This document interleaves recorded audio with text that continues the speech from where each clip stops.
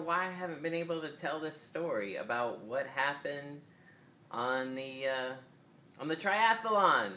So, okay, the short version, what happened is I didn't finish. I passed out. I had dehydration, heat stroke. I went to the hospital. It was a mess. I'm okay, um, but yeah, I don't know. I don't know what the deal is really. I was doing good, I thought. The swim, for some reason, they measured it wrong. They measured it in nautical miles instead of statute miles or something. So we actually had to swim like 300 extra meters. And I finished in like 50 minutes, which is not a great time, but it's great for me. You know, I was hoping to get 45 minutes for my, 1,500 meters. So I did 1,800 meters in 50 minutes, which sounds like, about as good as I could possibly do it.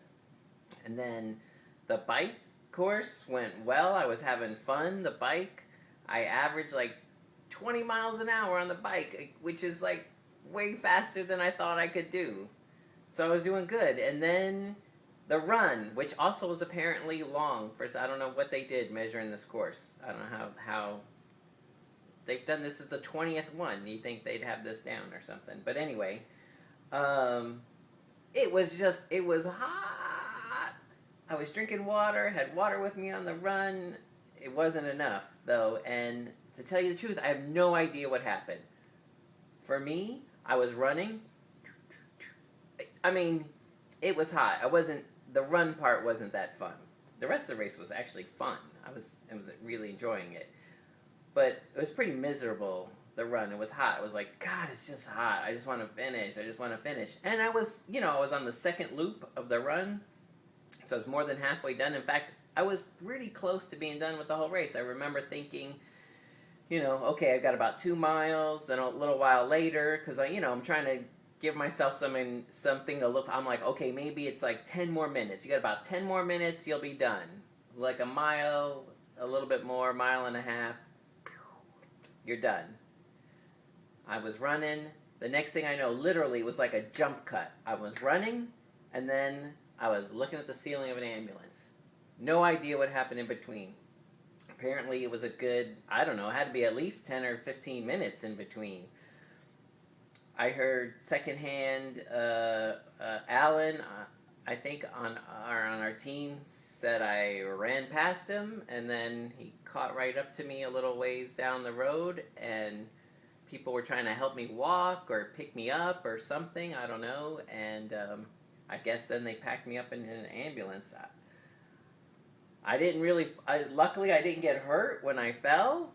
I had a scrape on my knee or something, a tiny one, no big deal, not even a bruise there, and that was it. But yeah, I don't know, and so I woke up in the ambulance, just totally confused, and it's such a strange, whatever was going on just really affected, I couldn't think right. It was really, really weird, but I remember it really vividly. It was, for about the first, I don't know, I guess a good hour, through the whole time in the ambulance, all the way to the hospital, into the emergency room, and it was a while I was there in the emergency room before I could before my thoughts were clear. But what was really just bizarre was, every thought I was having at the beginning just came out of my mouth.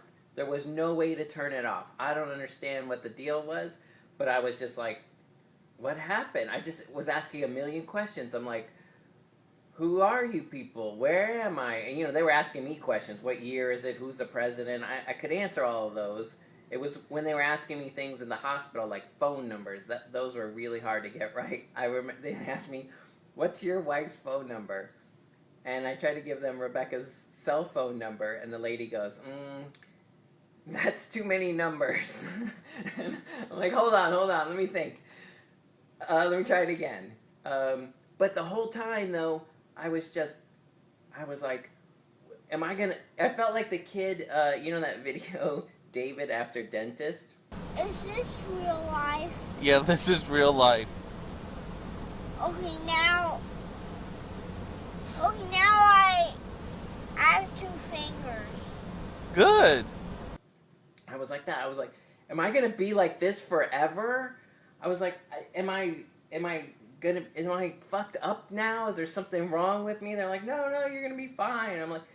I'm like, how long is this gonna take? Am I gonna be here a long time? They're like, no, you'll be out soon. I go, what do you mean soon? Like 5 minutes and I can go home, or is this gonna be like hours and hours, or am I gonna be here for a week? And I remember like when we got to the hospital, there was I guess a nurse or somebody, this woman, in the ER, who was putting IVs in me and stuff, and I was just talking and talking, and I was like, do they just talk to you like this in the emergency room all the time? Do you like to talk to people when they're talking to you like this, and they just ramble on and on and on and on? She goes, well, sometimes I talk to people, and sometimes I just like to be quiet and listen. And I was like, okay, is this really boring? I don't. I was really concerned about.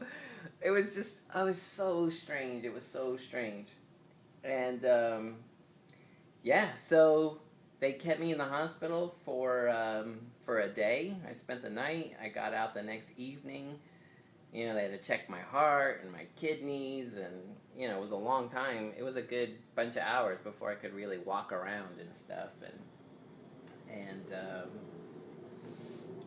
I was kind of weak and pretty wiped out for a few days. Like, I thought maybe this was on Monday. I thought maybe I could go back to work on Wednesday, but Wednesday I really couldn't.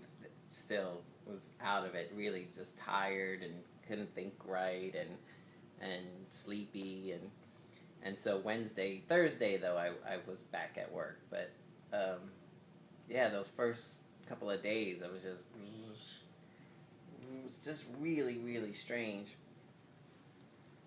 So yeah, I don't know, man. I don't know.